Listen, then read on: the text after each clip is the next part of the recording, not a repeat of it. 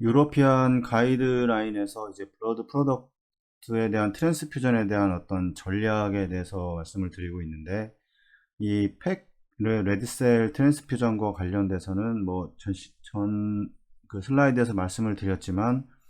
어떤 기준을 가지고 그 트랜스퓨전을 시행을 하고 있습니다. 이 리트로스펙티브 스터디에서 보여주는 거는 이제 CPB 동안에 이 SbO2가 이제 68% 미만이거나 아니면 O2ER이 39% 이상일 때 이제 RBC를 이제 트랜스퓨전 하는 게 이제 이펙티브하다 이렇게 얘기를 하고 있습니다. 근데 계속 말씀을 드리지만 우리나라에서는 SbO2를 지속적으로 측정할 수 있는 장비는 지금 현재 없습니다. 그래서 뭐 테루모 그 가장 많이 전 세계적으로 사용되고 있는 게 뭐 테루모사의 그 CDI 뭐 550 뭐 이렇게 이런 식으로 지금 신규 제품이 아마 나와 있는 걸로 알고 있는데, 이거를 사용을 해서 하면 되지만 근데 우리나라에서는 볼 수가 없기 때문에 뭐 간헐적으로 뭐 BBGA를 통해서 시행을 해서 이제 SbO2를 시행을 한다던가 SbO2를 이게 검사를 본다던가 하는 방법밖에 없기 때문에, 이런 것들을 지속적으로 측정이 가능하다고 하면 이제 그 헤모글로빈이 만약에 18% 헤마토크리트가 18%에서 뭐 25%까지의 범위를 두고 크게 두 개, 이 책마다 조금씩 다릅니다. 근데 대부분 22에서 25%를 이제 아이디어란 이제 체해순환 과정에서 유지할 수 있는 헤마토크리트이다 얘기를 하는데, 뭐 18%라 하더라도 이 SbO2가 70%를 뭐 68, 65% 이상 이렇게 유지를 하고 있다고 하면 이 굳이 혈액을 주입을 할 필요는 없을 겁니다. 만약에 정말 이제 무혈 수술을 해야 되는 상황에서 이제 18%에서 피를 뭐 사용하지 못하는 경우에는 이거에 대한 이 헤마토크리트를 유지함으로 인해서 이 환자의 이제 이 페리페랄에 이 충분한 산소가 결국에 공급이 될 것인가가 이제 관건이기 때문에, 이런 경우에는 이제 또 다른 대안으로는 이제 펌프 플로우를 좀 더 상승을 시켜서 카디악 인덱스가 뭐 2.2다 예를 들면 뭐 2.6 이상을 더 올려서 이제 더 많은 이제 단위 시간당 그 산소 공급량을 늘려주는 방법이 하나 있을 겁니다. 그래서 그 다음에 또 하나의 방법은 이제 체온을 좀 떨어뜨려서 이 조직에서의 이제 산소 소모량을 줄이는 방향으로 이제 이렇게 가는 경우가 이제 이런 경우가 이제 이 가장 큰 대안일 텐데, 그래서 중요한 거는 이 SbO2가 가장 이제 어떻게 이 환자에서는 중요한 이제 인디케이터가 되는 겁니다. 그래서 이거를 이제 컨티뉴스하게 볼 수 있는 방법을 이제 이런 장비도 좀 이제 들어와야 된다고 계속 얘기를 하고 있는데, 이게 아마 보험적인 문제 때문에 지금 아직도 안 되고 있는 것 같고, 얼마 전에 이야기는 들었는데 이제 이거를 보험을 진행을 하려고 한다고 합니다. 그래서 뭐 좀 좋은 소식인 것 같긴 한데, 이렇게 되면 이제 컨티뉴스하게 환자를 보는 것과 인터미턴트하게 이제 ABGA를 통해서 아니면 뭐 VBGA를 통해서 이 시행하는 거는 이게 조금 다릅니다. 이게 컨티뉴스하게 보는 게 훨씬 이제 더 환자한테는 더 좋은 결과를 가져올 수 있는 거고, 그 다음에 이제 혈액의 사용에 대해서 이런 스트래티지가 나오는 이유도, 이게 뭐 혈액을 뭐 그냥 계속 사용할 수 있다고 하면 이런 스트래티지가 필요가 없을 겁니다. 근데 이런 스트래티지가 있다고 하는 거는 이 블러드를 주입함으로 인한 어떤 이제 이런 이 사이드 이펙트들이 분명히 존재하기 때문에 이런 스트래티지가 나오는 겁니다. 그래서 혈액은 안 주는 게 일단 제일 좋습니다. 그냥 자기 혈액으로 그냥 수술을 하는 게 제일 좋은데, 이 CPB라는 어떤 특성에서 이제 이 히모다일루션에 대한 어떤 이제 부작용들이 분명히 발생을 하고, 물론 이제 부작용뿐만 아니라 그에 반대에 이 좋은 이제 이점도 있습니다. 왜냐하면 히모다일루션을 통해서 이 조직에 이 플로우가 훨씬 더 많이 그 증가를 함으로 인해서 이 산소 전달을 더 늘릴 수 있다는 장점도 있습니다. CPB에서 이 히모다일루션에 대한 장점은 이거와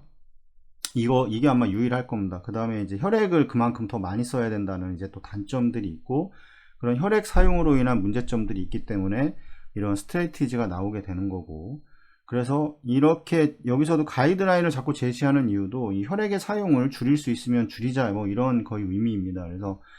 혈액을 그 무작정 그냥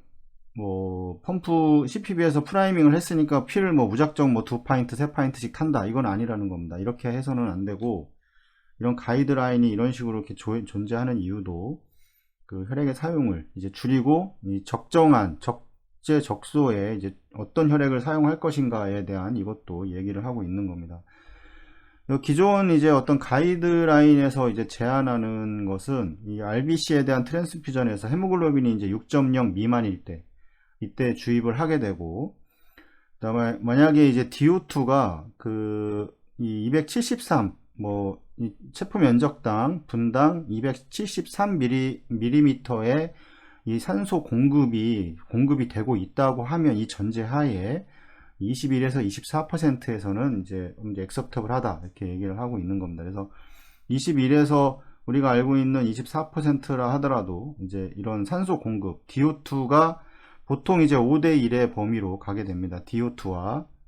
이 BO2의 이제 그 공급과 이 소모가 한 5대 1의 정도가 되게 되는데, 이게 아무리 안 되더라도 최소한 3대 1 이상은 돼야 됩니다. 이게 만약에 3대 1 미만으로 떨어져서 2대 1이 돼버리면 이때부터 이제 조직에서의 이 산소 공급이 자체가 줄어들어 버리기 때문에, 그 산소 공급에서 이제 그 에너지를 만들어내는 게 이 글루코즈와 이 O2가 같이 이제 그 미토콘드리아에서 만들어 대사를 하게 되는데, 여기서 O2가 부족해지기 때문에 이 글루코즈만 가지고 대사가 되는 게 이제 문제가 되는 겁니다. 물론 에너지도 만들어내긴 하는데, 이게 혐기성 대사라고 보통 하는데, 이 호기성 대사와 이제 혐기성 대사를 이제 동시에 진행을 합니다, 보통. 근데 이제 이 혐기성 대사가 되면, 호기성 대사가 되면 이제 뭐 CO2, 그 다음에 뭐 이제 H2O, 물,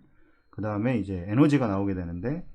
ATP 이렇게 이제 형성이 되게 되는데, 이 혐기성에서는 이제 이 락테이트가 이제 형성이 됩니다. 그래서 물론 이제 ATP도 발생을 하지만 이 락테이트도 같이 발생을 하기 때문에, 이 락테이트가 혈중에서 이제 높은 수치를 유지를 하게 되면 이제 그 대사성 이제 그 엑시도시스, 이제 산증이 발생을 하게 됩니다. 그래서 대사성 산증이 발생을 해서 계속해서 발생을 한다는 거는, 결국에 이 체외순환 CPB 과정에서 이 대사성 그 ABGA를 겸사를 해서 이제 락테이트 수치가 올라간다던가, 그 다음에 이 폐하가 이제 산증을 띈다던가, 이런 경우에는 크게 결국에는 이제 DO2가 공급이 안 되는 건데, 결과적으로는 펌프 플로우가 낮거나 아니면 어떤 조직에서의 이 대사가 증가를 했거나, 그러니까 이런 경우입니다. 그래서 이런 경우를 줄여주기 위해서 결국에는 또 이제 헤모글로빈의 이제 수치가 낮아서도 이제 DO2가 공급이 안 될 수가 있습니다. 이제 여기서 이 CPB의 과정에서는 이제 히모다일루션이라는 문제가 생기기 때문에, 여기서 이제 히모글로빈은 당연히 이제 떨어질 수밖에 없는 거고, 그다음에 히모글로빈이 떨어져서 DO2가 공급이 되면, 여기에 뭐 대사가 증가하는 경우는 이제 뭐 체온이 상승하는 경우, 그 다음에 이제 근육이 이 수축과 이제 이완을 반복하는 경우, 뭐 쉬버링이라던가 뭐 이런 경우, 뭐 추워서, 수술실이 추워서 뭐 이런 경우에 대해서도 이제 발생을 할 수가 있기 때문에, 근데 이제 수술 중에 이제 마취를 하게 되면 이제 근육의 사용을 이제 완전히 제한을 하고, 물론 체온도 떨어뜨리게 돼서 이제 이런 그 조직에서의 대사 자체를 줄이게 되는 이런 결과를 가져오지만, 이런 것들을 종합적으로 했을 때 이제 DO2에 공급이 되지 않아서 이 락테이트가 이제 형성이 되는 거고, 이거로 인해서 이제 대사성 산증이 발생을 하게 되면 이제 문제가 발생을 하는 겁니다. 그래서 이거 체외순환사는 이거에 대해서 정확하게 좀 이해를 하고 있어야 되고, 혈액을 쓸 것인가 말 것인가 이런 거에 대해서도 좀 이런 여러 가지 변수들을 생각을 해서 이런 어떤 스트래티지를 좀 이런 가이드라인을 좀 따를 필요가 있다고 생각을 합니다.